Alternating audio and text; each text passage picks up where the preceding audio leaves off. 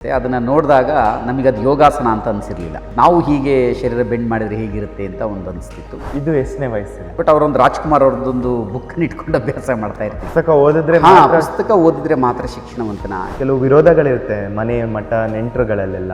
ನಾನು ಬಾಲ್ಯದಿಂದನೂ ಸ್ವಯಂ ಸೇವಕ, ಸಂಘದ ಮನೆ ನಮ್ಮದು. ನಾನು ಸಂಸ್ಕೃತವನ್ನು ಕಲಿತು ಸಂಸ್ಕೃತವನ್ನು ಕಲಿಸ್ಬೇಕು ಅಂತ ಹೊರಟಂಥವನು. ಏನು ಓದಿದ್ದು ನಿಮ್ಮ ವಿದ್ಯಾಭ್ಯಾಸ? ಕಾಲೇಜ್ ಏನಾದರೂ? ಸ್ವಲ್ಪ ತರಲೆಗಳೆಲ್ಲ ಇರ್ತಿತ್ತು.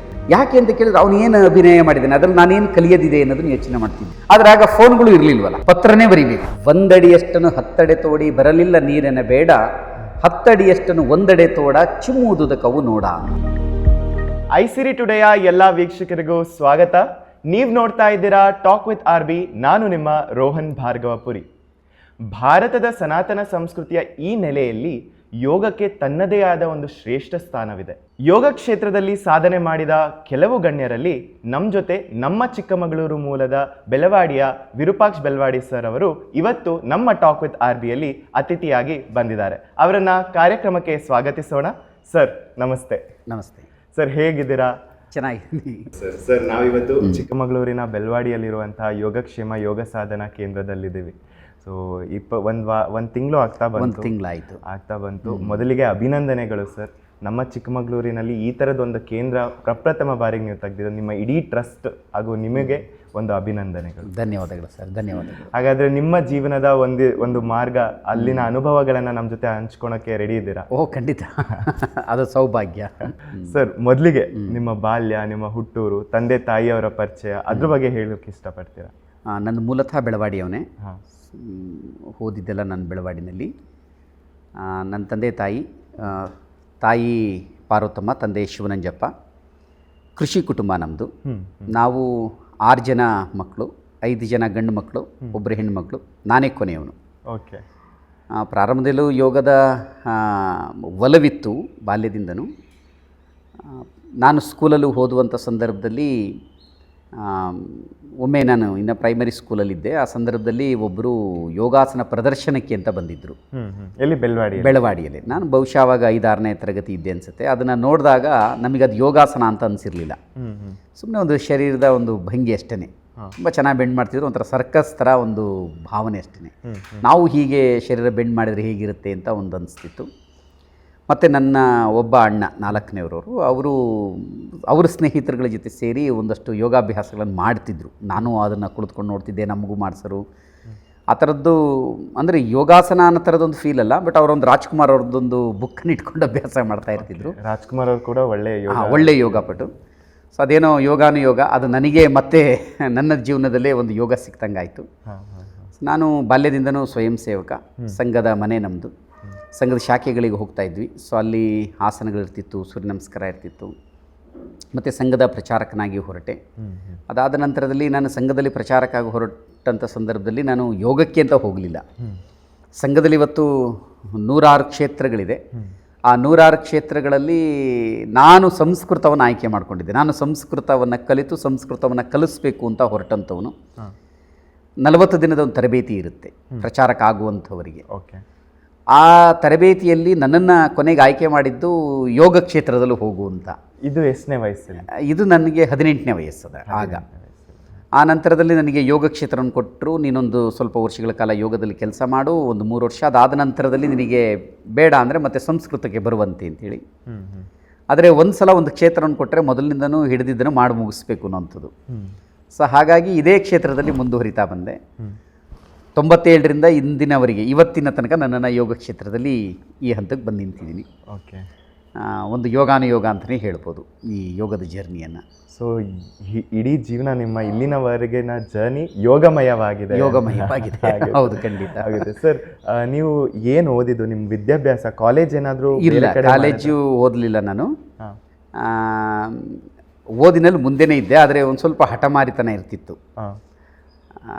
ಒಮ್ಮೆ ನಾನು ಸ್ಕೂಲಲ್ಲಿ ಇರುವಾಗ ಸ್ವಲ್ಪ ತರಲೆಗಳೆಲ್ಲ ಇರ್ತಿತ್ತು. ತರಲೆ, ಚೇಷ್ಟೆ ಬಾಲ್ಯದಲ್ಲಿ ಎಲ್ಲರದ್ದು ಇರುತ್ತೆ. ಅದೇ ಥರ ಒಂದು ಹಠನೂ ಇರ್ತಿತ್ತು ನನಗೆ. ಒಮ್ಮೆ ಸ್ಕೂಲಲ್ಲಿ ನಮ್ಮ ಮಾಸ್ಟ್ರಿಗೇನೆ ಒಂದು ಸ್ವಲ್ಪ ಏನೋ ಚೇಷ್ಟೆ ಮಾಡಿದ್ದೆ. ಸ್ವಲ್ಪ ಯುಗೋ ಇರುತ್ತಲ್ವಾ, ಚೇಷ್ಟೆ ಮಾಡಿದಾಗ ಅವರು ಒಂದು ಸ್ವಲ್ಪ ನನಗೆ ಗಲಾಟೆ ಮಾಡಿದರು. ಮತ್ತು ಕ್ಲಾಸಿಂದ ಆಚೆಗೆ ಹೋಗು ಅಂತ ಹೇಳಿದರು. ಓಕೆ. ನಾನು ನಮ್ಮ ಮಾಸ್ಟ್ರಿಗೆ ಹೇಳಿದೆ, ನೋಡಿ ಒಂದು ಸಲ ಆಚೆ ಕಳಿಸಿದ್ರೆ ನಾನು ಮತ್ತೆ ವಾಪಸ್ ಒಳಗೆ ಬರಲ್ಲ ಅಂತ. ಅವರು ತಮಾಷೆಗೆ ಹೇಳ್ತೀನಿ ಅಂತಲೇ ಅಂದ್ಕೊಂಡ್ರು. ಹಾ. ಇಲ್ಲ ನೀನು ಬರದಿದ್ರು ಪರವಾಗಿಲ್ಲ ಆಚೆಗೆ ಹೋಗು ಅಂದರು. ನಾನು ಮತ್ತೆ ಅವ್ರಿಗೆ ಹೇಳಿದೆ, ನೋಡಿ ಕಡೆ ಬರಿಗೆ ಹೇಳ್ತೀನಿ, ನಾನು ಆಚೆಗೆ ಹೋದ್ರೆ ಮತ್ತೆ ಬರಲ್ಲ ಅಂತ. ಅದು ನಾನು 9th ಸ್ಟ್ಯಾಂಡರ್ಡಲ್ಲಿ ಇದ್ದಿದ್ದು. ಓಕೆ.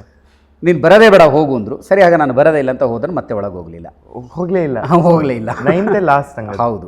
ಅದಾದಮೇಲೆ ಇನ್ನೊಂದು ಮಾತು ಹೇಳಿ ಬಂದಿದ್ದೆ, ಮತ್ತು ನನ್ನ ಮಾಸ್ಟರ್ ಕೂಡ ಅದು ನೆನಪು ಮಾಡಿಕೊಂಡ್ರು. ಯಾವ ಸ್ಕೂಲಿಂದ ನಾನು ಹೊರಗೆ ಹೋಗ್ತಿದ್ದೀನಿ ಅದೇ ಸ್ಕೂಲಲ್ಲಿ ನಿಮ್ಮ ಕೈನಿಂದನೇ ನಾನು ಸನ್ಮಾನನೂ ಮಾಡಿಸ್ಕೊಳ್ತೀನಿ ಅಂತ ಹೇಳಿ ಬಂದಿದ್ದೆ. ಓಕೆ. ಕೊನೆಗೆ ಒಂದು ಕಾರ್ಯಕ್ರಮಕ್ಕೆ ನನ್ನನ್ನು ಸನ್ಮಾನಿತನನ್ನಾಗಿ ಕರೆದು ಸನ್ಮಾನ ಮಾಡುವಾಗ ನಮ್ಮ ಮಾಸ್ಟರ್ ಅದನ್ನು ನೆನಪು ಮಾಡಿಕೊಂಡ್ರು. ಈ ಮಾತನ್ನು 20 ವರ್ಷದಿಂದ ಇವನು ಹೇಳೋಗಿದ್ದ. 20 ವರ್ಷ ಆದ ನಂತರ ನಾನು ಇವನಿಗೆ ಇವತ್ತು ಸನ್ಮಾನ ಮಾಡ್ತಾಯಿದ್ದೀನಿ, ಇವನು ಮಾಡಿರೋ ಸಾಧನೆಗೆ ಅಂಥೇಳಿ. ಸೊ ಹೀಗೆ ಒಂದು ಹಠಮಾರಿತನ ಇವೆಲ್ಲವೂ ಇದು ಮಾಡ್ತು. ಆದರೆ ಇನ್ನೊಂದು ನನಗೆ ಮನಸ್ಸಿಗೆ ಯಾವಾಗಲೂ ಬರ್ತಿದ್ದೇನೆಂದರೆ, ಹೂ ಈಸ್ ದ ಎಜುಕೇಟೆಡ್ ಅಂಥೇಳಿ, ಶಿಕ್ಷಣವಂತನಾರು ಅಂಥೇಳಿ. ಪುಸ್ತಕ ಓದಿದ್ರೆ ಪುಸ್ತಕ ಓದಿದರೆ ಮಾತ್ರ ಶಿಕ್ಷಣವಂತನ. ಇದು ಹಿಂದೆ ನಾನೊಂದು ಲೇಖನವನ್ನು ಓದಿದ್ದೆ. ಆ ಲೇಖನದಲ್ಲಿ ಒಬ್ಬ DC ಅವರು ಬರೀತಾರೆ, ಅವರು ಒಂದು ಜರ್ನಿಯನ್ನು ಮಾಡ್ತಾ ಇರ್ತಾರೆ ಅವ್ರ ಕುಟುಂಬದ ಜೊತೆಗೆ.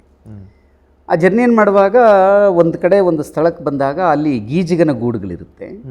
ಆ ಗೀಜಿಗನ ಗೂಡನ್ನು ನೋಡಿ ಮಕ್ಕಳುಗಳು ಅದನ್ನು ಗೀಜಿನ ಗೂಡು ಬೇಕು ಅಂತ ಹೇಳ್ತಾರೆ.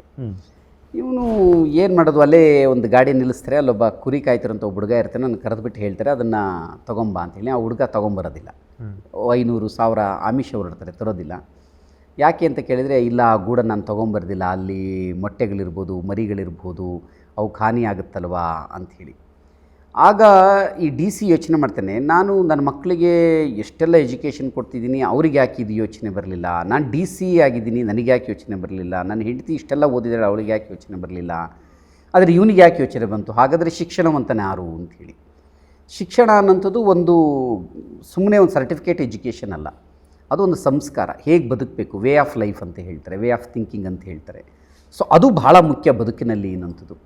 ಸೊ ಈ ಥರದವೆಲ್ಲ ನೋಡಿದಾಗ ನಾನು ಅದನ್ನು ಕಲ್ತ್ಕೊಂಡ್ಬಿಟ್ಟಿದ್ದೀನಿ. ಆ ಥರದೊಂದಷ್ಟು ನನಗೆ ಸಂಸ್ಕಾರಗಳೆಲ್ಲ ಇದಾವಲ್ಲ ಬಿಡು ಅನ್ನೋದು ಒಂದು ಅನ್ನಿಸ್ತಿತ್ತು. ಆದರೆ ಇದೆಲ್ಲದಕ್ಕೂ ಅನ್ವಯ ಆಗೋದಿಲ್ಲ ಯಾವುದೇ ಎಲ್ಲ ಸಂದರ್ಭಕ್ಕೂ. ಆದರೆ ಇವತ್ತಿನ ಜನಮಾನಸದಲ್ಲಿ ಶಿಕ್ಷಣ, ಸರ್ಟಿಫಿಕೇಟ್ ಶಿಕ್ಷಣ ಅಂತಂದರೂ ಕೂಡ ಅದು ಕೂಡ ಅತ್ಯಮೂಲ್ಯವಾದದ್ದೇನೆ.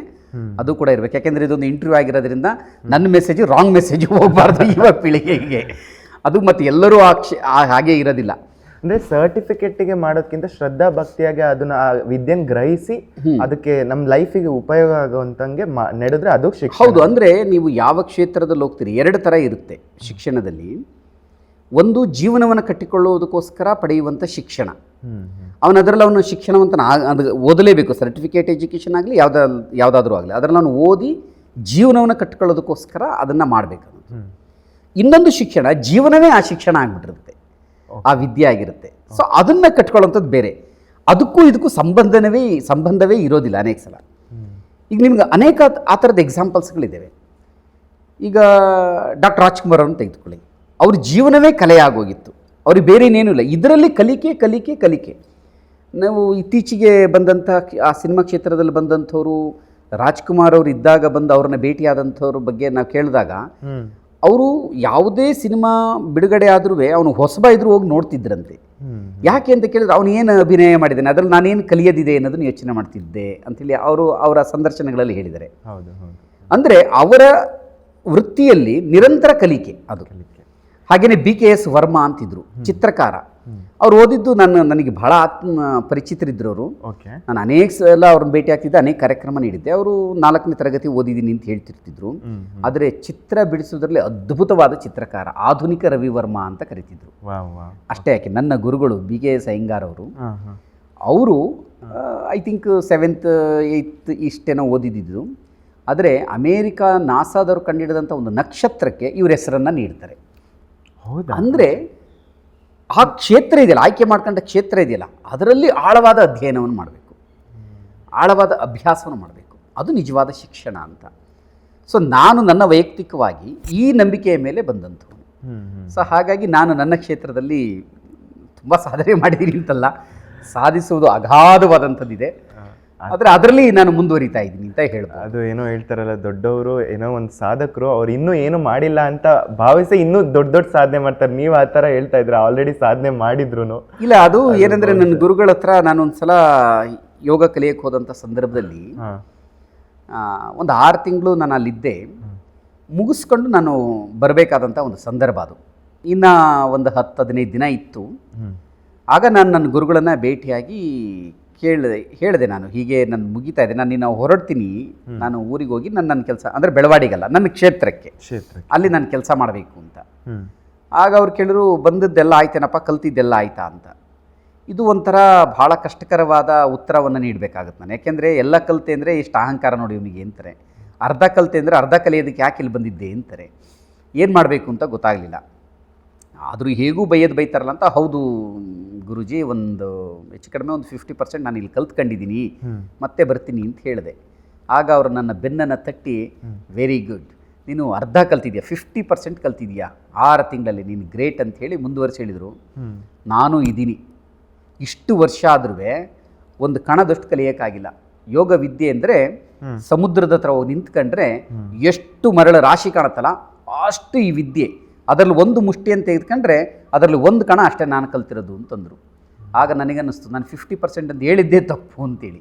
ಅಂದರೆ ವಿದ್ಯೆಯಲ್ಲಿ ಕಲಿಕೆ ಪರಿಪೂರ್ಣ ಅಂತ ಅನ್ನೋದಕ್ಕೆ ಸಾಧ್ಯವೇ ಇಲ್ಲ. ಅದು ನಿರಂತರತೆ ಇರುತ್ತೆ. ಯಾರು ಇದನ್ನು ನಿರಂತರವಾಗಿ ಆ ವಿದ್ಯೆಗಳನ್ನು ಇಟ್ಕೊಳ್ತಾರೆ ಅವನು ಜೀವನದಲ್ಲಿ ಯಶಸ್ಸನ್ನು ಗಳಿಸೋದಕ್ಕೆ ಸಾಧ್ಯ. ಮತ್ತು ಒಂದು ಆವಿಷ್ಕಾರವನ್ನು ಮಾಡಬೇಕು. ಪ್ರತಿ ವಿದ್ಯೆಗಳಲ್ಲಿ ಒಂದು ಆವಿಷ್ಕಾರ ಮಾಡಬೇಕು. ಈಗ ನೋಡಿ, ನನ್ನನ್ನೇ ನೀವು ತೆಗೆದುಕೊಂಡ್ರೆ ನಾನು ಲೇಖಕ ಕೂಡ. ನಾನು ಓದಿರೋದು 9th ಅಂತ ಅನ್ನೋದು ಬಿಟ್ಬಿಟ್ರೆ ನಾನು 1,000ಕ್ಕೂ ಹೆಚ್ಚು ಕಾಲಮ್ ಮಾಡಿದ್ದೀನಿ ವಿಜಯ ಕರ್ನಾಟಕದಲ್ಲಿ. ಹಾಗೆಯೇ ಟಿ ವಿ ಸಂದರ್ಶನಗಳಲ್ಲೂ ನಾನು ಸಾಕಷ್ಟು ಕೊಟ್ಟಿದ್ದೀನಿ. ಅದ್ರ ಜೊತೆಗೆ ಗ್ರಂಥಗಳನ್ನು ರಚನೆ ಮಾಡಿದ್ದೀನಿ. ಅದ್ರ ಜೊತೆಗೆ ಅದರಲ್ಲಿ ನನ್ನ ಒಂದು ಗ್ರಂಥ ಯೋಗ ದರ್ಶನ ಅಂತೇಳಿ, ಅದರಲ್ಲಿ ನಾನೇ ನನ್ನ ಪುಸ್ತಕದಲ್ಲಿ 100ಕ್ಕೂ ಹೆಚ್ಚು ಆಸನಗಳ ಆವಿಷ್ಕಾರ ಮಾಡಿದ್ದೀನಿ. ಹೊಸ ಆಸನಗಳನ್ನು ಇಂಟ್ರೊಡ್ಯೂಸ್ ಮಾಡಿದ್ದೀನಿ. ನಿಮಗೆ ನನ್ನ ಪುಸ್ತಕದಲ್ಲಿರುವ ಆ ಆಸನಗಳು ಬೇರೆ ಯಾವ ಗ್ರಂಥದಲ್ಲೂ ನಿಮಗೆ ಸಿಗೋದಕ್ಕೆ ಸಾಧ್ಯವಿಲ್ಲ. ಸೊ ಹೀಗೆ ಅಂದರೆ ಇದು ನಾನು ಮಾಡಿದ್ದೀನಿ, ನಾನೊಬ್ಬನೇ ಅಂತಲ್ಲ, ಅವ್ರವ್ರ ಕ್ಷೇತ್ರದಲ್ಲಿ ಎಲ್ಲರೂ ಮಾಡ್ತಾರೆ. DVG ಅವರು ಹೇಳ್ತಾರಲ್ಲ, 1 ಅಡಿಯಷ್ಟನ್ನು 10 ಅಡೆ ತೋಡಿ ಬರಲಿಲ್ಲ ನೀರಿನ ಬೇಡ, 10 ಅಡಿಯಷ್ಟನ್ನು 1 ಅಡೆ ತೋಡ ಚಿಮ್ಮುವುದುದಕ್ಕವು ನೋಡ ಅಂತ. ಹಾಗೆ ಈಗ ಇಲ್ಲೊಂದು ಕೆಲಸ ಮಾಡೋದು, ಇಲ್ಲೊಂದು ಸ್ವಲ್ಪ ದಿವಸ ಕೆಲಸ ಮಾಡೋದು, ಇನ್ನೊಂದು ಕೆಲಸ ಮಾಡೋದು, ಇನ್ನೊಂದೇನೋ ಕಲಿಯೋದು. ಅದಕ್ಕೆ ಈಗಿನ ಮಕ್ಕಳುಗಳನ್ನ ನಾನು ನೋಡ್ತಾ ಇರ್ತೀನಿ. ಈ ಪೇರೆಂಟ್ಸ್ಗಳು ಹೇಳ್ತಿರ್ತಾರೆ, ನಿಮ್ಮ ಮಕ್ಳದ್ದು ಏನು ಕೆಲಸ, ಬೆಳಗ್ಗೆ ಎದ್ದಂದ ಸ್ಕೂಲು ಅದೆಲ್ಲ ಅದಾದಮೇಲೆ ಸ್ಕೂಲ್ ಸಾಯಂಕಾಲ ಬರ್ತಲ್ಲ, ಆಮೇಲೇನು ಒಂದೊಂದಿನ ಒಂದಿನ ನೃತ್ಯ ಅಂತೆ, ಒಂದಿನ ಸಂಗೀತ ಅಂತೆ, ಒಂದಿನ ಇನ್ನೊಂದಂತೆ, ಮತ್ತೊಂದಂತೆ, ಒಂದು 8-10 ವಿದ್ಯೆಗಳನ್ನು ಆ ಮಕ್ಕಳು ತಲೆಯಲ್ಲಿ ತುಂಬ್ತಿರ್ತಾರೆ. ಆ ಮಗುಗೆ ಹೇಗಾಗುತ್ತೆ ಅಂದರೆ, ನಾನು ನನ್ನ ಜೀವನದಲ್ಲಿ ಏನು ಆಯ್ಕೆ ಮಾಡ್ಕೋಬೇಕು ಅನ್ನೋದೇ ಗೊತ್ತಿರೋದು, ಗೊಂದಲಕ್ಕೆ ಈಡಾಗ್ಬಿಡುತ್ತೆ. ಅಲ್ಟಿಮೇಟಾಗಿ ನೀವು ನೋಡಿದರೆ ಆ ಮಗು ಏನೂ ಸಾಧನೆ ಮಾಡೋದಿಲ್ಲ. ಓದ್ಬೋದು, ಚೆನ್ನಾಗಿ ಎಜುಕೇಷನ್ ಗಳಿಸುತ್ತಾ ಮಗು, ಅದಕ್ಕೆ ನಿಶ್ಚಿತ ಒಳ್ಳೆ ಜಾಬನ್ನು ಹಿಡಿಯುತ್ತೆ, ಒಳ್ಳೆ ಸಂಪಾದನೆ ಮಾಡ್ತಾರೆ. ಆದರೆ ಕಲಿತಂಥ ವಿದ್ಯೆನಲ್ಲಿ ಯಾವ ವಿದ್ಯೆನಲ್ಲಿ ನೀನು ಹೋಗಿದೆಯಾ ಅಂದರೆ ಅದು ಯಾವುದೂ ಇರೋದಿಲ್ಲ, ಪ್ರಾವೀಣ್ಯತೆಯನ್ನು ಗಳಿಸ್ಕೊಳ್ಳೋದಿಲ್ಲ. ಸೊ ಅದಕ್ಕೆ ಒಂದು ಕ್ಷೇತ್ರದಲ್ಲಿ ಯಾವತ್ತೂ ಮುಂದುವರಿರಿ ಅಂತ ನಾನು ಹೇಳ್ತಿರ್ತೀನಿ. ನನ್ನ ಹಿರಿಯರು ನನಗೂ ಅದನ್ನೇ ಹೇಳಿದ್ರು. ಮತ್ತು ಯೋಗ ಕ್ಷೇತ್ರದಲ್ಲೇ ಬಂದಾಗಲೂ ನನಗೆ ಅನೇಕ ಸಲ ಹೇಳ್ತಿರ್ತಾರೆ, ನಿಮ್ಮದು ಯಾವ ಮೆಥಡು, ನೀವು ರವಿಶಂಕರ್ ಗುರೂಜಿಯವ್ರ ಹತ್ರ ಹೋಗಿದ್ದೀರಾ, ನೀವು ಜಗ್ಗಿ ವಾಸುದೇವ್ರ ಹತ್ರ ಹೋಗಿದ್ದೀರಾ, ನೀವು ಬಾಬಾ ರಾಮದೇವ್ರ ಹತ್ರ ಹೋಗಿದ್ದೀರಾ ಅಂತ. ವಾಸ್ತವವಾಗಿ ಹೇಳಬೇಕು ಅಂದರೆ ನನಗೆ ಈ ಎಲ್ಲರ ಬಗ್ಗೆ ಭಾಳ ವಿಶೇಷವಾದ ಶ್ರದ್ಧೆ ಇದೆ, ಆದರೆ ಇವ್ರು ಯಾರ ಹತ್ರನೂ ನಾನು ಹೋಗಿಲ್ಲ. ಯಾಕೆಂದರೆ ನಾವು ಕಲಿತ ವಿದ್ಯೆಗಳು ಮಿಕ್ಸ್ ಆಗಬಾರ್ದು. ಕೊನೆಗೆ ನಾನೇನು ಕಲ್ತಿದ್ದೀನಿ ಅದೇ ನನಗೆ ಮರ್ತೋಗ್ಬಿಡುತ್ತೆ. ಅದಕ್ಕೆ ನಾನು BKS ಅಯ್ಯಂಗಾರ್ ಏನು ಗುರುಜಿ ಇದ್ದಾರೆ, ಅವ್ರ ಮೆಥಡ್ ನಾನು ನನ್ನ ಜೀವನದ ಪ್ರವೇಶನೇ ಅಲ್ಲಿಂದ ಇವತ್ತಿಗೂ ಅದರಲ್ಲೇ ಇದ್ದೀನಿ. ಅದನ್ನು ಬಿಟ್ಟು ನಾನು ಬೇರೆ ಯಾವ ಕಡೆನೂ ಕೂಡ ಹೋಗಿಲ್ಲ, ಕಣ್ಣಿಗೆ ಪಟ್ಟಿಯನ್ನು ಕಟ್ಕೊಂಡಂಗೆ. ನಿಮ್ಮ ಆ ಜರ್ನಿಯ ಒಂದು ವಿಶ್ಲೇಷಣೆಗೆ ನಾವು ಬರೋಕ್ಕಿಂತ ಮುಂಚೆ ನೀವು ಬಾಲ್ಯದ ಬಗ್ಗೆ, ಮಕ್ಕಳ ಬಗ್ಗೆ, ಇವತ್ತಿನ ಗೊಂದಲದ ಬಗ್ಗೆ ಹೇಳ್ತಾ ಇದ್ರಿ. ನೀವು ಆ ಸಂದರ್ಭದಲ್ಲಿ ಅಂದರೆ ನಿಮ್ಮ ಬಾಲ್ಯದಲ್ಲಿ ಈ ಕ್ಷೇತ್ರದಲ್ಲೇ ಮಾಡ್ತೀನಿ ಅಂತ ಒಂದು ನಿರ್ಧಾರ ತೆಕ್ಕೊಂಡಾಗ, ಅದು ಯಾಕೆಂದರೆ ಯೋಗ ಆಗಿರಲಿ ಯಾವುದೇ ಒಂದು ಸಾಂಸ್ಕೃತಿಕ ವಿಚಾರ ನಮ್ಮ ಸಮಾಜದಲ್ಲಿ ಇಟ್ಸ್ ಅ ನಾನ್ ಕನ್ವೆನ್ಷನಲ್, ಅಂದರೆ ರೂಢಿಗತವಾಗಿಲ್ಲದಂಥದ ಕ್ಷೇತ್ರಗಳು. ಅದಕ್ಕೆ ಕೆಲವು ಪೋಷಕರು ಅಪೋಸ್ ಮಾಡ್ತಾರೆ, ಕೆಲವು ವಿರೋಧಗಳಿರುತ್ತೆ ಮನೆ ಮಠ ನೆಂಟರುಗಳಲ್ಲೆಲ್ಲ. ಯಾಕೆ ಇಂಜಿನಿಯರ್ ಮಾಡ್ಬೋದು, ಡಾಕ್ಟ್ರು ಮಾಡ್ಬೋದು, ಅದು ಏನು ಯೋಗ ಕ್ಷೇತ್ರ ಅಂತ, ಅಥವಾ ಡಾನ್ಸು ಹಾಡು ಈ ಥರ. ಆ ಥರ ಇದ್ದಾಗ ನಿಮ್ಮ ಮನೇಲಿ ಅಪೋಸಿಷನ್ ಏನು ಬರಲಿಲ್ವಾ ನಿಮ್ಮ ಕುಟುಂಬದಿಂದ, ತಂದೆ ತಾಯಿ ಅಥವಾ? ಇಲ್ಲ, ಆ ಥರದ್ದು ಒಂದು ಅಪೋಸಿಷನ್ಸ್ ಆ ಥರ ಏನಿರಲಿಲ್ಲ. ಯಾಕೆಂದರೆ ನನ್ನನ್ನು ಅವಾಗ ನಾನು ಸಂಘದ ಪ್ರಚಾರಕ ಅಂತಲೇ ಗುರುತಿಸ್ತಾ ಇದ್ದೀನಿ. ನಾನೇನು ಯೋಗ ಕಲಿತಿದ್ದೀನಿ, ಯೋಗ ಮಾಡಿ ಆ ಥರ ಏನು ಗುರುತಿಸ್ಲಿಲ್ಲ. ಮತ್ತು ನನ್ನ ಸಂಘದಲ್ಲಿ, ಸಂಘ ಅಂದರೆ ರಾಷ್ಟ್ರೀಯ ಸ್ವಯಂ ಸೇವಕ ಸಂಘ, ಅದರಲ್ಲಿ 10 ಸಂಘಟನೆಗಳಿದೆ. ಬೇರೆ ಬೇರೆ ರೀತಿಯಲ್ಲಿ ಕೆಲಸವನ್ನು ಮಾಡ್ತಾ ಇರ್ತಾರೆ. ಅವ್ರವ್ರದ್ದೇ ಆದಂತಹ ಆಲೋಚನೆ, ಅದಕ್ಕೆ ಆ ಕೆಲಸಕ್ಕೆ ಪೂರಕವಾದಂಥ ಒಂದು ಸಂಘಟನೆಗಳು. ಈಗ ಕೃಷಿ ಇರ್ಬೋದು, ಕಾರ್ಮಿಕರ ಮಧ್ಯದಲ್ಲಿರ್ಬೋದು, ವಿದ್ಯಾರ್ಥಿಗಳ ಮಧ್ಯದಲ್ಲಿ ಹಲವಾರು ಸಂಘಟನೆಗಳಿದೆ. ಒಟ್ಟಾರೆ ಆ ಸಂಘಟನೆ ಉದ್ದೇಶ ಏನಂದರೆ ಎಲ್ಲರಲ್ಲೂ ಒಂದು ರಾಷ್ಟ್ರೀಯತೆಯನ್ನು ತುಂಬಬೇಕು, ನಮ್ಮ ವಿಚಾರಧಾರೆ ಅಂದರೆ ನಮ್ಮ ಧರ್ಮ ಇದರ ಬಗ್ಗೆ ಯೋಚನೆ ಮಾಡಬೇಕು. ಹಾಗೇ ಯೋಗದಲ್ಲೂ ಯೋಗ ಭಾರತಿ ಅನ್ನುವಂಥ ಒಂದು ಕ್ಷೇತ್ರ. ಇಲ್ಲೇನಾಗುತ್ತೆ, ಯೋಗ ಅಂದಾಗಲೂ ನನ್ನದೇ ಸರಿ, ನಾನೇ ಸರಿ, ಈ ಥರದೊಂದು ಮನೋಭಾವ ಇರ್ತಿರುತ್ತೆ. ಮತ್ತು ಯೋಗಕ್ಕೆ ಬರೋವಂಥವ್ರಿಗೂ ಕೂಡ ಬರೀ ಅವನ ಆರೋಗ್ಯದ ಬಗ್ಗೆ, ಶಾರೀರಿಕ ಆರೋಗ್ಯದ ಬಗ್ಗೆ ಅಷ್ಟೇ ಅವನು ಯೋಚನೆ ಮಾಡಬಾರ್ದು. ಅದರ ಮೂಲಕ ಮಾನಸಿಕ ಆರೋಗ್ಯ, ಮನಸ್ಸಿನಲ್ಲಿ ಒಳ್ಳೆಯ ಆಲೋಚನೆಗಳು, ಅದು ಅವನ ಕುಟುಂಬ ಮತ್ತು ದೇಶ, ನಮ್ಮ ಧರ್ಮ ಇದೆಲ್ಲದಕ್ಕೂ ಪೂರಕವಾದಂಥ ಆಲೋಚನೆಗಳಿರಬೇಕು. ಸೊ ಈ ಉದ್ದೇಶ ಇಟ್ಕೊಂಡು ಶುರುವಾದಂಥ ಒಂದು ಸಂಘಟನೆ. ಅಲ್ಲಿ ಕೆಲಸ ಮಾಡುವಾಗ ಸಂಘಟನೆ ಅಂದ್ಕೊಂಡು ಅಷ್ಟೇ ಶುರು ಮಾಡಿದ್ದು, ಸಂಘಟನೆಗೋಸ್ಕರ ಕೆಲಸ ಅಂತಲೇ ಮಾಡ್ತಾ ಇದ್ದಿದ್ದು.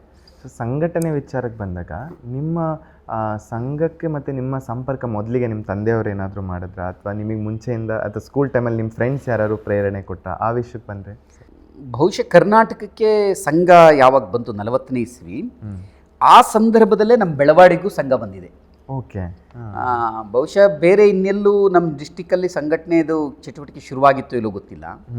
40-45ನೇ ಇಸ್ವಿ ಆ ಸಮಯದಲ್ಲೇ ನಮ್ಮ ಬೆಳವಾಡಿಗೂ ಸಂಘ ಬಂದ್ಬಿಡ್ತು.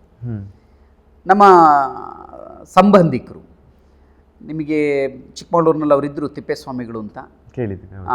ಅವರು ಸಂಘದ ಪ್ರಚಾರಕ್ಕಾಗಿದ್ದರು. ಅವರು ಮದುವೆಗಿಂತ ಮುಂಚೆ, ಈಗ ಅವರಿಲ್ಲ, ಈಗ ಅವ್ರಿಗೆ ಶತಾಬ್ದಿ ಈಗ ನಡೀತಾ ವರ್ಷ ಸೊ ಅವ್ರು ಕಾಲವಾಗಿದ್ದಾರೆ. ಅವರು ಪ್ರಚಾರಕ್ಕಾಗಿದ್ದರಂತೆ ಮಂಡ್ಯ ಆ ಸೈಡಲ್ಲೆಲ್ಲ. ಮತ್ತು ಅವರ ಸೋದರ ತಮ್ಮ ಸಾನಂದ್ ಗಣೇಶ್ ಅಂತ ಹೇಳಿ, ಅವರು ಸುಮಾರು ಒಂದು 50 ವರ್ಷ ಸಂಘದ ಪ್ರಚಾರಕರಾಗಿ, ಸಂಘದ ಕಾರ್ಯಾಲಯ ಏನಿದೆ ನಮ್ಮ ಕರ್ನಾಟಕದ ಪ್ರಮುಖ ಕಾರ್ಯಾಲಯ ಕೇಶವಕೃಪ, ಅಲ್ಲೇ ಇದ್ದರು. ಕೇಶವಕೃಪ ತಾಯಿ ಅಂತ ಕರಿತಿದ್ರು. ಅವ್ರು ಅಲ್ಲೇ ಕಾಲವಾಗ್ತಾರೆ. ಸೊ ನಮ್ಮ ಸಂಬಂಧಿಕರೇನೆ. ಮತ್ತು ಆ ಸಂದರ್ಭದಲ್ಲಿ ಸಂಘದ ಒಡನಾಟ ನಮ್ಮ ಮನೆಗಳಿಗೆ ಜಾಸ್ತಿ ಇತ್ತು. ನನ್ನ ಸಹೋದರರೆಲ್ಲ, ನಮ್ಮ ಅಣ್ಣಂದಿರೆಲ್ಲ ಸಂಘದ ಶಾಖೆಗೆ ಹೋಗ್ತಾ ಇದ್ದಂಥವ್ರು. ಸಂಘದ ಪ್ರಚಾರಕರುಗಳು ಯಾರೇ ಬಂದರೂ ನಮ್ಮ ಮನೆಗೆ ಊಟಕ್ಕೆ ಬರ್ತಾಯಿದ್ರು. ಅಂದರೆ ನನ್ನ ಬಾಲ್ಯದಲ್ಲೂ ನಾನು ಗಮನಿಸಿದ್ದು. ಮತ್ತು ನಾವು ಚಿಕ್ಕ ಹುಡುಗರಿದ್ದಾಗ ಅವರೆಲ್ಲ ನಮಗೆ ಶಾಖೆ ಕರ್ಕೊಂಡು ಹೋಗ್ತಿದ್ರು ಆಟಾಡೋಕ್ಕೆ. ನಮಗೆ ಏನಂದರೆ ಆಟ ಬೇಕಷ್ಟೇ, ಅಲ್ಲಿ ಬೇರೆ ಇನ್ನೇನಿಲ್ಲ. ಸೊ ಹಾಗೆ ಸಂಘದ ಸಂಪರ್ಕ ಬಾಲ್ಯದಿಂದನೂ ಇದೆ, ಅದು ಹಾಗೆ ಮುಂದುವರೆದಿದೆ. ಮತ್ತು ಈಗಲೂ ಕೂಡ ಆ ಸಂಪರ್ಕಗಳು ನಮ್ಮ ಮನೆಯಲ್ಲಿದೆ, ಸಂಘದ ಮನೆ ಅಂತಲೇ ಹೇಳ್ಬೋದು. ಓಕೆ, ಅದ್ಭುತ. ಸೊ ಹಾಗಾಗಿ ನಿಮಗೆ ಒಂದು ಹಿನ್ನೆಲೆ ಇರೋದ್ರಿಂದಾನೇ ನಿಮಗೊಂದು ಸಂಪರ್ಕ ಇತ್ತು. ಅದಾದಮೇಲೆ ನೀವು ಸ್ಕೂಲಿನ ಅಲ್ಲಿಗೆ ನಿಲ್ಲಿಸಿದ್ರಿ, ಅದಾದ್ಮೇಲೆ ಕಾಲೇಜು ನೀವು ಹೋಗಿಲ್ಲ ಅನ್ಸುತ್ತೆ. ಅದಾದ್ಮೇಲೆ ಈ ಕ್ಷೇತ್ರನೇ ಸಂಪೂರ್ಣವಾಗಿ ತೊಡಗಿಸ್ಕೊಂಡ್ರಿ. ಹಾಗಿದ್ರೆ ಇವತ್ತು ವಿರೂಪಾಕ್ಷ ಬೆಳವಾಡಿ ಯೋಗ ಸಾಧನದಲ್ಲಿ ಏನು ಆ ಕ್ಷೇತ್ರದಲ್ಲಿ ಸಾಧನೆ ಮಾಡಿದ್ದಾರೆ, ರಾಷ್ಟ್ರೀಯ ಅಂತಾರಾಷ್ಟ್ರೀಯ ಮಟ್ಟದಲ್ಲಿ ಕೂಡ ಹೆಸರಿದೆ.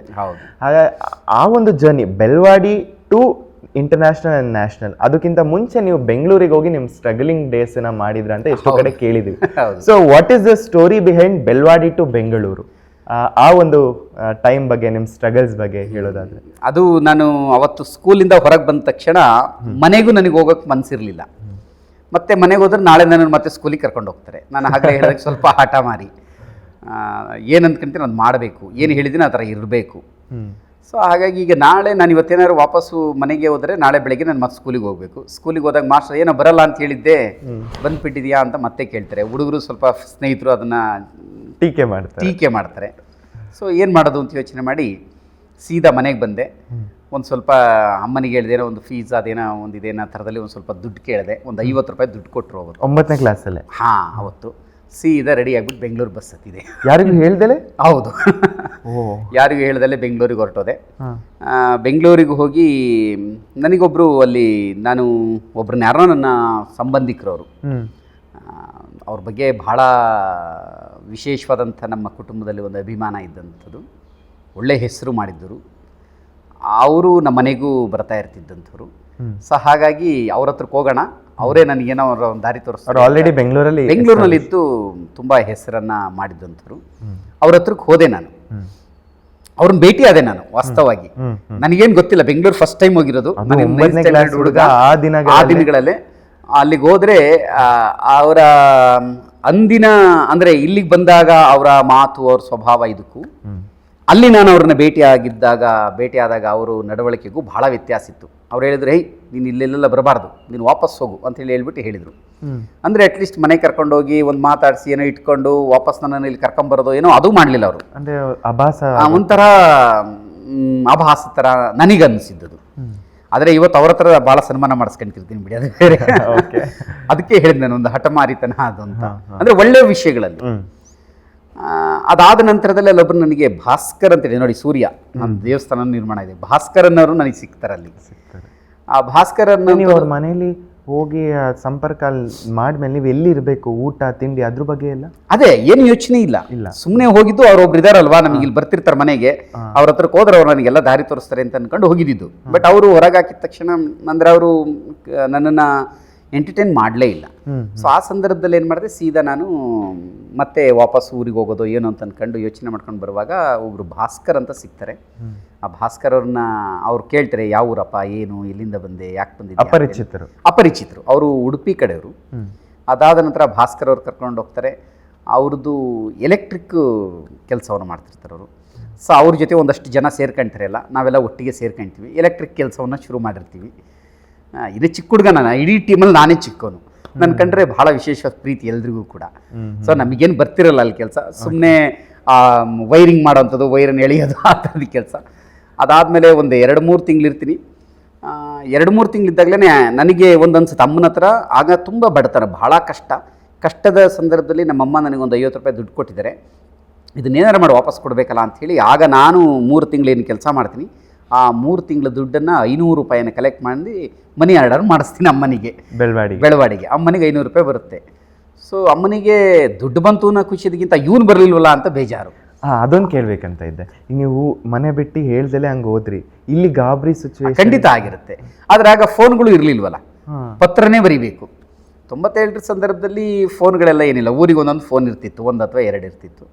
ಸೊ ಸಂಪರ್ಕ ಸಾಧ್ಯನೇ ಇಲ್ಲ, ಅದು ಪತ್ರ ಮುಖೇನೇ ಆಗಬೇಕು. ಹುಡ್ಕೋಕೆ ಪತ್ರಿಕೆಯಲ್ಲಿ ಪ್ರಕಟಣೆ ಅದೆಲ್ಲ ಅವಾಗೆಲ್ಲ ಏನಿಲ್ಲ, ಎಲ್ಲೋ ಓದೋನು ಬರ್ತಾನೆ ಅಂತೇಳಿ ಅಷ್ಟೇ.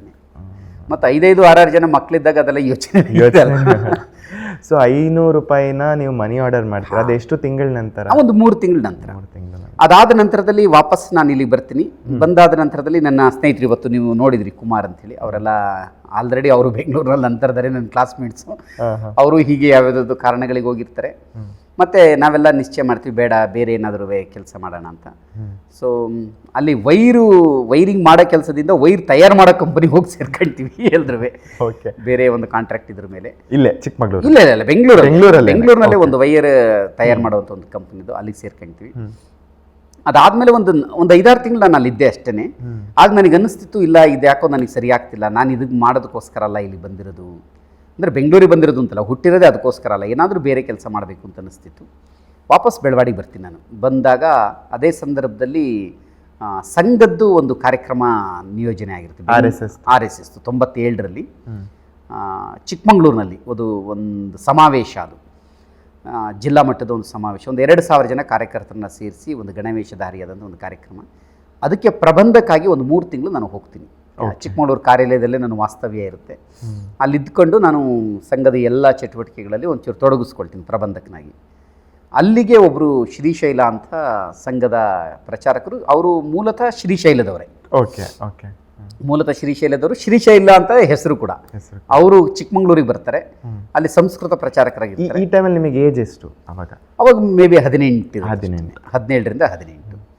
ಆಗ ಅದು ಸಂಪರ್ಕ ಆಗುತ್ತೆ. ಅಲ್ಲಿ ನನಗೆ ನಮ್ಮ ಆಗಿನ ಜಿಲ್ಲಾ ಪ್ರಚಾರಕರು ಚಂದ್ರಬಾಬು ಅಂತೇಳಿ, ವಿಭಾಗ ಪ್ರಚಾರಕರು ಸುರೇಶ್ ಅಂತ, ಸುರೇಶ್ರೀಗ ಹಿಂದೂ ಸೇವಾ ಪ್ರತಿಷ್ಠಾನದ ನಿರ್ದೇಶಕರಿದ್ದಾರೆ. ಅವರು ನನ್ನ ಆ ಕ್ರಿಯಾಶೀಲತೆ, ಆ ಮಾತು, ಅದನ್ನೆಲ್ಲ ನೋಡಿ, ಇಲ್ಲ ನೀನು SSLC ಕಟ್ಟಿ ನೀನು ಕಾಲೇಜಿಗೆ ಹೋಗಬೇಕು ಅಂತ ಹೇಳ್ತಾರೆ. ನನಗೆ ಶಾಖೆ ಮಾಡಬೇಕು, ಓಡಾಡಬೇಕು, ಸಂಪರ್ಕ ಮಾಡಬೇಕು, ಸುತ್ತಾಡಬೇಕು ಅಂತ ನನ್ನ ತಲೆಯಲ್ಲಿ. ಆದರೆ ಅವರು ಪ್ರಯತ್ನ ಬಿಡಲ್ಲ, ಕಟ್ಟಿಸ್ತಾರೆ. ಆದರೆ ನಾನು ಬರೆಯೋದಿಲ್ಲ. ನಾನು ಸೀದಾ ಮತ್ತೆ ಬೆಂಗಳೂರಿಗೆ ನಮ್ಮ ಪ್ರಚಾರಕರ ವರ್ಗಕ್ಕೆ ಹೊರಟು ಹೋಗ್ಬಿಡ್ತೀನಿ. ಪ್ರಚಾರಕ ವರ್ಗಕ್ಕೆ ಹೋಗಿ ಅಲ್ಲಿ ಒಳಗೆ ಆಲ್ರೆಡಿ ಆ ಇನ್ಬಿಲ್ಟ್ ಇತ್ತು, ಸಂಘದಲ್ಲೇ ಏನಾದ್ರು ಮಾಡಬೇಕು, ಸಮಾಜಕ್ಕೆ ತೊಡಸ್ಕೋ. ನಾನು ಪ್ರಶ್ನೆ ಮಾಡ್ತಿದ್ದೆ. ನನಗೆ ನಾನು ಅವಾಗ ತಾನೇ ಅವರು ಸುರೇಶ್ ಜಿ ಆಗಲಿ ಚಂದ್ರಬಾಬು ಅವರು, ನೀನು SSLC ಕಟ್ಬಿಟ್ಟು ನೀನು ಮುಂದಕ್ಕೆ ಓದು ಅಂತ ಕೇಳಿದಾಗ ನಾನು ಕೇಳಿದೆ, ಅವರಿಗೆ ಪ್ರಶ್ನೆ ಮಾಡಿದೆ, ನೀವು ಸಂಘದಲ್ಲೇ ಹೇಳ್ತೀರಿ ಇವತ್ತಿನ ಎಜುಕೇಷನ್ನಿಗೂ ಜೀವನಕ್ಕೂ ಸಂಬಂಧವೇ ಇಲ್ಲ ಅಂತ, ಮತ್ತು ನನಗೆ ಯಾಕೆ ಹೇಳ್ತಿದ್ದೀರಿ ನೀವು? ನಾನು ಸಂಸ್ಕೃತ ಕಲಿತೀನಿ ಬಿಡಿ. ಈಗ ಆಗಲೇ ನಮ್ಮದು ಇದು ಶುರುವಾಗಿತ್ತು, ಗುರುಕುಲದಲ್ಲಿ ಸರ್ಟಿಫಿಕೇಟ್ ಇಲ್ಲದೆ ಇರೋಂಥ ಎಜುಕೇಷನ್ ಅಂತ ಅವರು ಹೇಳುವಂಥದ್ದು. ಇವತ್ತಿಗೂ ಕೂಡ ಅದು ಆ ಪದ್ಧತಿ ನೀವು ಗಮನಿಸಿರ್ತೀರಿ.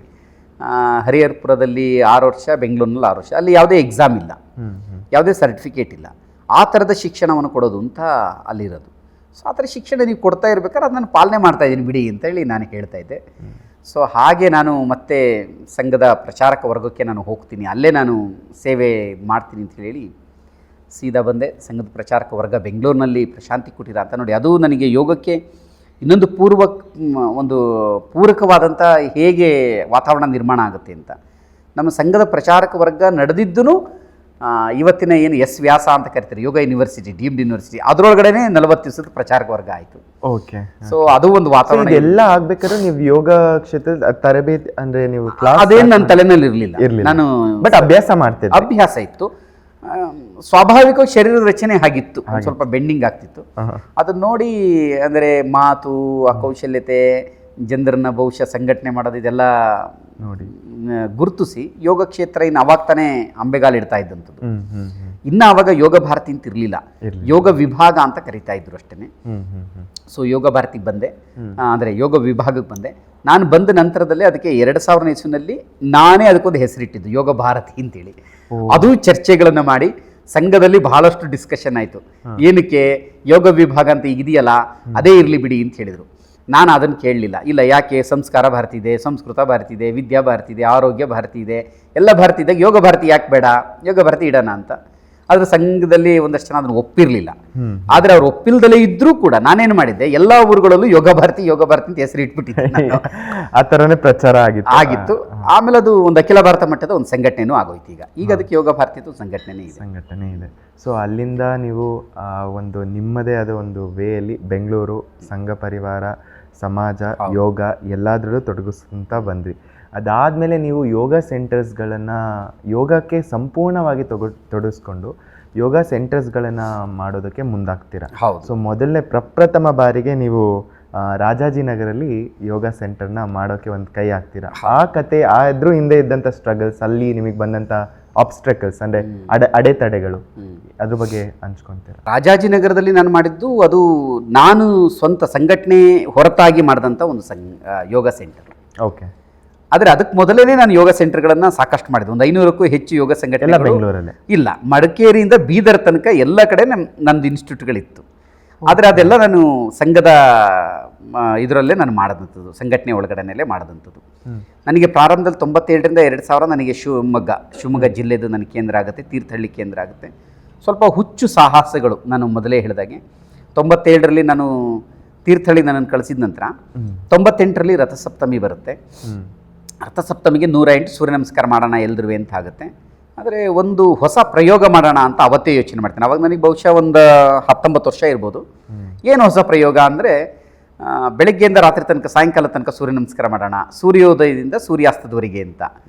ಎಲ್ರೂ ಅಷ್ಟು ಮಾಡೋದು ಅಷ್ಟು ಸುಲಭ ಅಲ್ಲ, 108 ಮಾಡೋದಕ್ಕೆ ಸುಸ್ತಾಗ್ತದೆ ಅಲ್ಲ, 12 ಮಾಡೋದಕ್ಕೆ ಅದು ಅದೇ ಸಾಧ್ಯ ಅಂತ ಹೇಳಿ ಒಂದಷ್ಟು ಇದಾಯಿತು. ಕೊನೆಗಿಲ್ಲ, ಮಾಡೋಣ, ಪ್ರಯತ್ನ ಮಾಡೋಣ ಅಂತ ಹೇಳಿ. ಅದಕ್ಕೆ ಒಟ್ಟಿಗೆ ಎಲ್ಲರೂ ಮಾಡೋಕ್ಕಾಗದೇ ಇದ್ರೆ ಒಂದು ಕೆಲಸ ಮಾಡೋಣ, ಅರ್ಧ ಗಂಟೆಗೆ ಒಂದೊಂದು ಬ್ಯಾಚ್ ಮಾಡೋದು. ಓಕೆ. ಒಂದು 6 ಬ್ಯಾಚ್ ಮಾಡಿದ್ವಿ. ಸೊ ಫಸ್ಟ್ ಒಂದು ಬ್ಯಾಚ್ ಆಗುತ್ತೆ, ಅದಾದ್ಮೇಲೆ ಇನ್ನೊಂದು ಬ್ಯಾಚ್ ಬರುತ್ತೆ, ಆಮೇಲೆ ಇನ್ನೊಂದು ಬ್ಯಾಚ್ ಬರುತ್ತೆ, ಮತ್ತೆ ಇನ್ನೊಂದು ಬ್ಯಾಚ್ ಬರುತ್ತೆ. ಹೀಗೆ ಆ ಸ್ಥಳದಲ್ಲಿ ಬೆಳಗ್ಗೆಯಿಂದ ಸಾಯಂಕಾಲ ತನಕ ನಿರಂತರವು ನಡಿಬೇಕು ಸೂರ್ಯ ನಮಸ್ಕಾರ ಅಂತ. ಈ ಮಾನಸಿಕತೆಯನ್ನು ಅಲ್ಲಿ ನಿರ್ಮಾಣ ಮಾಡಿದ್ದೆ. ಅಂದರೆ ಒಂದು ಬ್ಯಾಚಿಗೆ ವಾಪಸ್ ಒಂದು 3 ಅವರ್ಸ್ ಹಾಗೆ ಆಗುತ್ತೆ, ಅಲ್ಲಿ ಒಂದು 4 ರೌಂಡ್ ಆದಂಗೆ ಆಗುತ್ತೆ ಅಂತ ಹೇಳಿ 12 ಅವರ್ಸ್ಗೆ ಅಂತ. ಸೊ ನಾನು ಸೂರ್ಯ ನಮಸ್ಕಾರ ಮಾಡೋಕೆ ಶುರು ಮಾಡಿದ್ದೆ. ಯಾಕೆಂದ್ರೆ ಈಗ ನಾನು ಹೇಳಿದೀನಿ ಇನ್ಮೇಲೆ ಮಾಡಲೇಬೇಕಲ್ವಾ, ಕನಿಷ್ಠ ನನಗೆ ಎಷ್ಟಾದ್ರೂ ಆಗುತ್ತೆ ಅಷ್ಟಾದ್ರೂ ನಾನು ಮಾಡಲೇಬೇಕು ಅಂತ. ಈಗ ಎಲ್ಲರೂ 4 ರೌಂಡ್ ಮಾಡಿದ್ರೆ ನಾನು 5 ರೌಂಡ್ ಆದ್ರೂ ಮಾಡಬೇಕು ಅಂತ ಹೇಳಿ. ಸೊ ಮೊದಲನೇ ರೌಂಡ್ ಆಯ್ತು, ಆಮೇಲೆ 2ನೇ ರೌಂಡು ಆಯ್ತು. ಸೊ 3ನೇ ರೌಂಡ್ನವ್ರ ಜೊತೆನಲ್ಲೂ ಸೇರ್ಕೊಂಡೆ, 4ನೇ ರೌಂಡ್ನವ್ರ ಜೊತೆನಲ್ಲೂ ಸೇರ್ಕೊಂಡೆ. ಒಟ್ಟು 6 ಬ್ಯಾಚ್ ಇತ್ತು. ಮತ್ತೆ 6 ಬ್ಯಾಚ್ ಆಗೋಯ್ತು ನನಗೆ. ಅಲ್ಲಿ 3 ಅವರ್ಸ್ ಕಂಟಿನ್ಯೂಸ್ ಮಾಡಿದ್ದೆ ನಾನು. ಒಂದು ಡ್ರಾಪ್ ನೀರು ಕುಡಿದಿರ್ಲಿಲ್ಲ, ಏನು ಒಂದು ತುತ್ತು ಕೂಡ ಏನು ತಿಂದಿರಲಿಲ್ಲ. ಬೆಳಗ್ಗೆ 6:00 ಶುರುವಾಗಿ 9:30 ಮುಗಿದಿತ್ತು. ಮತ್ತೆ ರಿಪೀಟ್ ಆಗುತ್ತೆ ಈಗ ಬ್ಯಾಚ್ಗಳು. ಮತ್ತೆ ಬ್ಯಾಚ್ ಕಂಟಿನ್ಯೂ ಮಾಡಿದೆ ನಾನು. ಹೀಗೆ ಮಾಡ್ತಾ ಅದೇನೋ ಗೊತ್ತಿಲ್ಲ, ದೈವಶಕ್ತಿ. 12 ಅವರ್ಸ್ ನಿರಂತರ ಮಾಡಿದೆ. ಬೆಳಗ್ಗೆ ಸೂರ್ಯೋದಯದಿಂದ ಸೂರ್ಯಾಸ್ತದವರೆಗೆ ನಿರಂತರವಾಗಿ 12 ಗಂಟೆಗಳ ಕಾಲ 1360 ಈ ಥರ ಏನೋ ಬರುತ್ತೆ, ಅಷ್ಟು ಸೂರ್ಯ ನಮಸ್ಕಾರವನ್ನು ಅವತ್ತು ಮಾಡಿದ್ದೆ. ಅಂದಿನಿಂದ ಅವತ್ತಿನ ಒಂದು ಶಕ್ತಿ ಅಂತ ಅನ್ಸುತ್ತೆ, ಗೊತ್ತಿಲ್ಲ, ಸೂರ್ಯನ ಕೃಪೆ. ಸೊ ಅದು ಮನಸ್ಸಿನಲ್ಲಿ ಯಾವಾಗಲೂ ಅನ್ನಿಸ್ತಿತ್ತು. ಅದಾದಮೇಲೆ ಪ್ರತಿ ವರ್ಷ ಸೂರ್ಯ ನಮಸ್ಕಾರವನ್ನು ರಥಸಪ್ತಮಿಗೆ ವಿಶೇಷವಾದಂಥ ಕಾರ್ಯಕ್ರಮಗಳನ್ನು ಮಾಡೋದಕ್ಕೆ ಶುರು ಮಾಡಿದ್ವಿ. ಬೆಂಗಳೂರಿಗೆ ಆಮೇಲೆ 2000ನೇ ಇಸ್ವಿನಲ್ಲಿ ನಾನು ಬೆಂಗಳೂರಿಗೆ ಬಂದೆ. 2003ರಲ್ಲಿ ಒಂದು ದೊಡ್ಡ ಪ್ರಮಾಣದ ಕಾರ್ಯಕ್ರಮವನ್ನು ಮಾಡಬೇಕು ಅಂತ ಅನ್ನಿಸ್ತು. KR ಪುರಮನ್ನು ಆಯ್ಕೆ ಮಾಡಿಕೊಂಡೆ. ಓಕೆ. ಅಲ್ಲಿ ನಮ್ಮ ಸಂಘಟನೆ ಕೆಲಸ ಇರಲಿಲ್ಲ. ನಂದು ಮೊದಲಿಂದನೂ ಒಂದು ಸ್ವಭಾವ ಅಂದರೆ ಎಲ್ಲಿ ಕೆಲಸ ಇರಲ್ಲ ಅಲ್ಲೋಗಿ ಮಾಡಬೇಕು ಅನ್ನೋದು. ಅಲ್ಲಿ ನಮ್ಮದು ಫ್ರಮ್ ಸ್ಕ್ರಾಚ್ ಅಲ್ಲಿಂದ ನಾವು ಶುರು ಮಾಡಬೇಕು ಅಂತ ರಿಫಾರ್ಮೇಶನ್. ಸೊ ಅಲ್ಲಿ ಒಂದು 1008 ಜನದ ಹತ್ರ 108 ಸೂರ್ಯ ನಮಸ್ಕಾರ ಮಾಡಿಸ್ಬೇಕು ಅನ್ನೋದೊಂದು ಯೋಜನೆಯನ್ನು ಇಟ್ಕೊಂಡು ಒಂದು ವರ್ಷ ತಯಾರಿ ಮಾಡಿ ಅದಕ್ಕೋಸ್ಕರ ಯಶಸ್ವಿ ಆದ್ವಿ. ಬೆಳಗ್ಗೆಯಿಂದ ಸಾಯಂಕಾಲ ತನಕ ಬೇರೆ ಬೇರೆ ಕಾರ್ಯಕ್ರಮಗಳು. ಬೆಳಗ್ಗೆ ಮಾತ್ರ ಒಂದು 9 ಹೋಮಕುಂಡ, 108 ಸೂರ್ಯ ನಮಸ್ಕಾರ, 1008 ಜನ ಮಾಡಬೇಕು ಅಂತಾಗಿತ್ತು. 1300 ಜನ ಸೂರ್ಯ ನಮಸ್ಕಾರ ಮಾಡಿದರು. ಜನ ಅವಾಗಲೇ ನೀವು ಸಂಘಟನೆ ಅವಾಗ ನನಗೆ 2003 ಅಂತಂದರೆ ಬಹುಶಃ ಒಂದು 22-23 ವರ್ಷ ಇರುತ್ತೆ ಹೆಚ್ಚು ಕಡಿಮೆ. ಸೊ ಅವಾಗ ಆ ಕಾರ್ಯಕ್ರಮ ಮಾಡಿದೆ. ಆ ಕಾರ್ಯಕ್ರಮಕ್ಕೆ ಮುಖ್ಯ ಅತಿಥಿಗಳು ಬಹಳ ವಿಶೇಷವಾದಂಥವ್ರು ಬಂದಿದ್ದರು. ಕಾರ್ಯಕ್ರಮದ ಹೋಮವನ್ನು ನಡೆಸಿಕೊಟ್ಟಂಥ ಋತ್ವಿಜರೇನಿದಾರಲ್ಲ, ಅದರ ಪ್ರಧಾನ ಋತ್ವಿಕರು ನಮ್ಮ ಹಿರೇಮಗಳೂರು ಕಣ್ಣನವರ ತಂದೆ ಸವ್ಯಸಾಚಿಗಳು. ಓ, ಅದ್ಭುತ.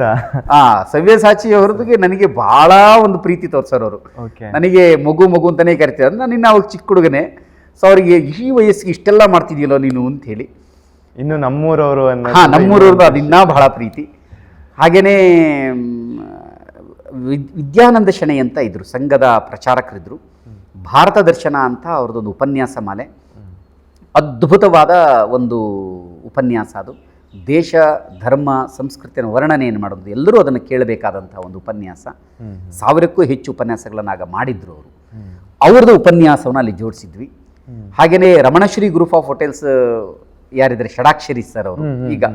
ಸೊ ಅವರು ಕಾರ್ಯಕ್ರಮಕ್ಕೆ ಬಂದು ಅವ್ರದ್ದೊಂದು ಉಪನ್ಯಾಸವನ್ನು ಜೋಡಿಸಿದ್ವಿ. ಹಾಗೆ ನಾನು BK ಸ್ವರ್ಮನ್ ಬಗ್ಗೆ ನಾನು ಆವಾಗಲೇ ಪ್ರಸ್ತಾಪ ಮಾಡಿದೆ.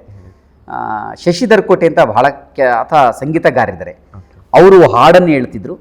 ಇವರು ಆ ಹಾಡು ಮುಗಿಯೋಷ್ಟೊಳಗಡೆ ಆ ಏನು ಕಾನ್ಸೆಪ್ಟ್ಸ್ ಇದೆ, ಆ ಹಾಡಲ್ಲಿ ಏನು ಥೀಮ್ ಇದೆ, ಅದಕ್ಕೆ ಚಿತ್ರ ಬಿಡಿಸುವಂಥದ್ದು ಒಂದು ವಿಶೇಷವಾದಂಥ ಕಾರ್ಯಕ್ರಮ. ಅದು ಆಗ ತಾನೇ ಪ್ರಚಲಿತದಲ್ಲಿತ್ತು ಅವ್ರದ್ದು ಕಾರ್ಯಕ್ರಮ. ಹೀಗೆ ಬೆಳಗ್ಗೆಯಿಂದ ಸಾಯಂಕಾಲ ತನಕ ಒಂದು ಕಾರ್ಯಕ್ರಮ ಮಾಡಿ, ಬೆಳಗ್ಗೆ ಒಂದು 3000 ಜನಕ್ಕೆ ತಿಂಡಿ, ಮಧ್ಯಾಹ್ನ ಒಂದು 3000 ಜನಕ್ಕೆ ಊಟ, ಸಾಯಂಕಾಲ ಅವರಿಗೆ ಉಪಹಾರ.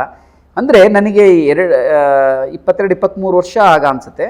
ಆ ಸಂದರ್ಭದಲ್ಲೇ ಇಷ್ಟು ದೊಡ್ಡ ಕಾರ್ಯಕ್ರಮದ ಪ್ಲ್ಯಾನ್ ಮಾಡಿ, ಅದು ಎಲ್ಲಿಂದಲೂ ದುಡ್ಡು ಬಂದಿದ್ದಲ್ಲ, ಅದು ಸಂಗ್ರಹ ಮಾಡಿಕೊಂಡೇ ತಂದಿದ್ದು. ಎಲ್ಲ ಕಲೆಕ್ಷನನ್ನು ನಾವು ಮಾಡಿ ಎಲ್ಲರ ಹತ್ರ ಸಂಗ್ರಹ ಮಾಡಿ ಆಗಿನ ಇದಕ್ಕೆ ಒಂದು 5-6 ಲಕ್ಷ ರೂಪಾಯಿ. ಸೊ ಅದು ಮಾಡಿದ್ರೆ ಹಾಗಾಗಿ ಸೊ ಅದು ಒಂದು ಅಭ್ಯಾಸ ಆಗೋಯ್ತು.